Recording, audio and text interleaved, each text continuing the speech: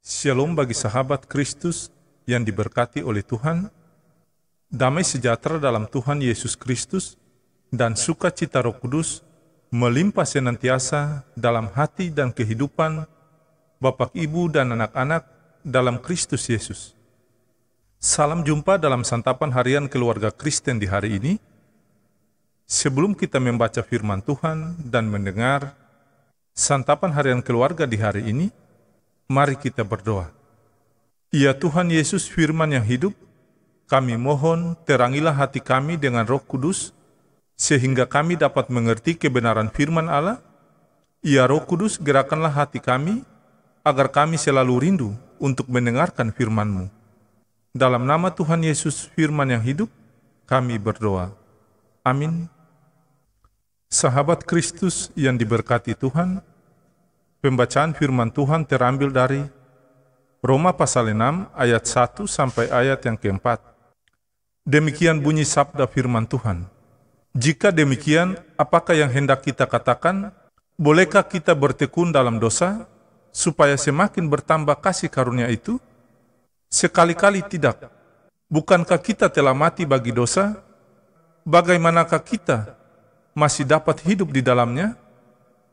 Atau tidak tahukah kamu bahwa kita semua yang telah dibaptis dalam Kristus telah dibaptis dalam kematiannya?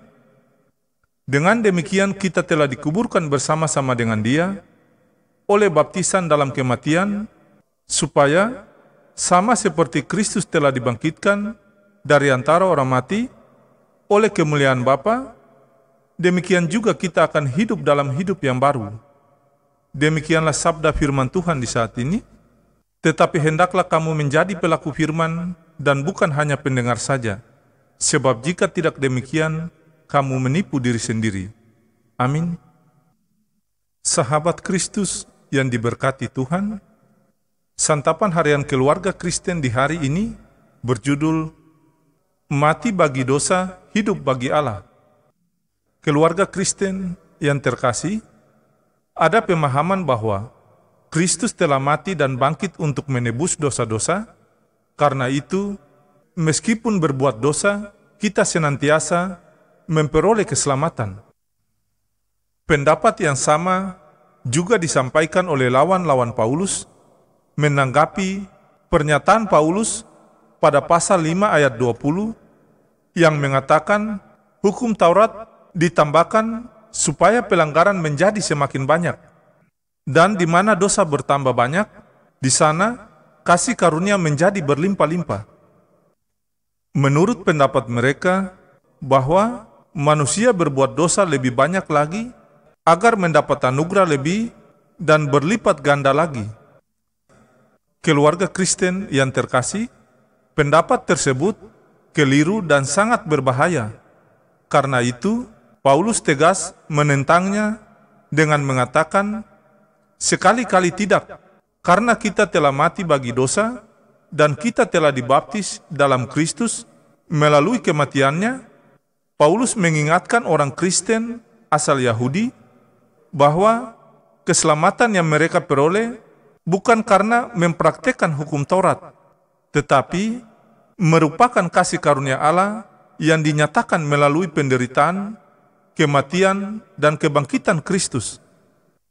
Bapak, Ibu, dan anak-anak keluarga Kristen yang dikasihi oleh Tuhan, kita pun diharapkan dapat merespon kebaikan Allah dengan hidup benar dan taat melakukan kehendak Tuhan.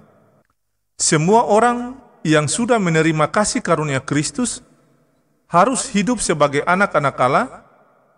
Maksudnya adalah, sebagai keluarga Kristen, kita harus hidup menurut Roh, kasih, sukacita, sabar, lemah lembut, kesetiaan, kebaikan, penguasaan diri, dan sebagainya.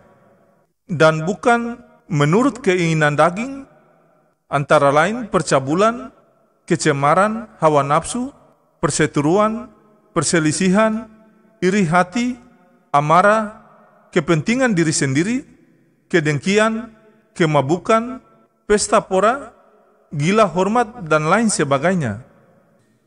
Keluarga Kristen yang dikasihi oleh Tuhan Yesus, marilah kita berserah diri pada Tuhan Yesus dan meminta tuntunan Roh Kudus agar menuntun kita, sehingga kita dapat hidup menurut keinginan Roh Kudus untuk kemuliaan nama Tuhan. Ya Tuhan Yesus, tuntunlah kami untuk mematikan perbuatan dosa dalam hidup kami dan pimpinlah kami hidup bagi Tuhan. Anugerah Allah yang melimpah dalam kasih Yesus Kristus, yang berkarya dalam kuasa Roh Kudus, membarui dan menguatkan keluarga Kristen hari ini sampai selama-lamanya. Amin.